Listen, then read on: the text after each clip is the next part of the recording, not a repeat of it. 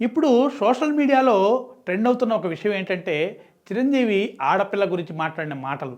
ఆడపిల్ల గురించి చిరంజీవి ఆ మాట అనాల్సింది కాదు.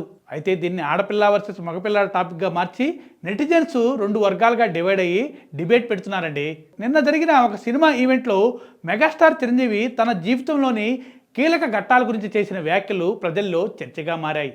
పబ్లిక్ ఈవెంట్లో మాట్లాడుతూ తన లెగసీని ముందుకు తీసుకెళ్లడానికి మనవడు లేకపోవడంపై మెగాస్టార్ తన నిరాశను వ్యక్తం చేశారు. అయితే దీనిని ఆడపిల్ల వర్సెస్ మగపిల్ల టాపిక్గా మార్చి నెటిజన్స్ రెండు వర్గాలుగా డివైడ్ అయ్యి డిబేట్ పెట్టేసి ఆ టాపిక్ గురించి ఒకటే చర్చ చేస్తున్నారు.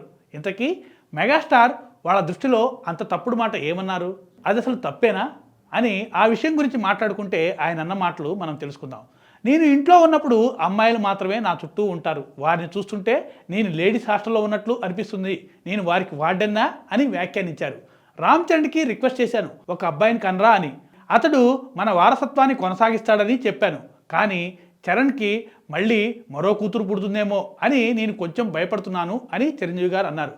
ఎందుకంటే చరణ్ ఆ పాపని అంత గారం చేస్తాడు అని మెగాస్టార్ చిరంజీవి గారు పేర్కొన్నారు. చరణ్ కుమార్తె క్లిన్కారా గురించి చిరు ఈ విధంగా ప్రస్తావించారు. మామూలుగా చిరంజీవి గారిని బోళా శంకరుడు అంటారు. మెగాస్టార్ సరదాగా నవ్విస్తూ మాట్లాడేస్తుంటారు. ఈసారి కూడా వేదికపై అందరినీ నవ్విస్తూనే తనదైన రీతిలో జోక్ చేస్తూ వేదికపై చాలా అంశాలని చెప్పారనమాట.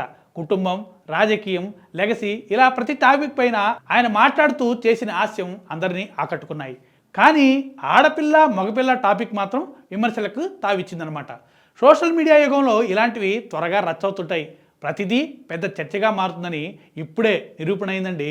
అయితే చిరు చేసిన ఆ వ్యాఖ్య నిద్రపోతున్న ఫెమినిస్టుల్ని అకస్మాత్తుగా నిద్రలేపింది. ఇక వాళ్ళు తగులుకున్నారు.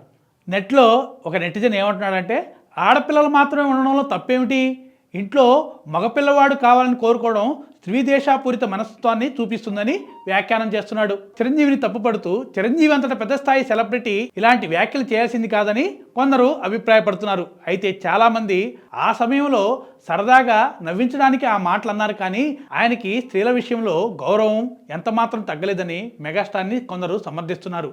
మహిళలను తగ్గించే వ్యక్తిత్వం ఆయనది కాదని కూడా చాలామంది సమర్థించారు.